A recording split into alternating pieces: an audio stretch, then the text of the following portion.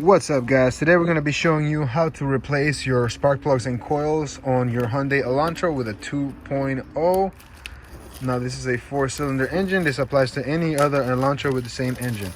Step 1 is, of course, remove your engine cover.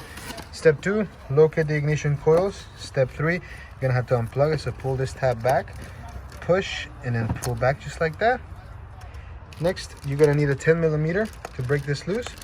So break this loose. Once you do so, take the bolt out of here. This is the screw. Move it to the side and just pull up on the coil. Just like that. You will expose your spark plug. Then we need a spark plug socket. Something like this. You're going to stick this down in there.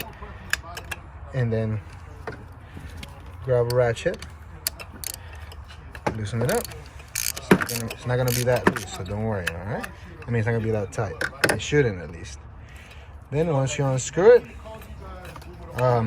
reinstall it in the reverse order, and you're good to go. Repeat the same process with all 4 of them. Put your engine cover back on, and voila, be neat. Be careful because they're going to be real hot, as you can see, just like that. And then we're going to slide the new one in, screw it in, and rock and roll. Put your new spark plug in the socket and then drop it in there. Screw it in, and there you go. New coil slides in just like that.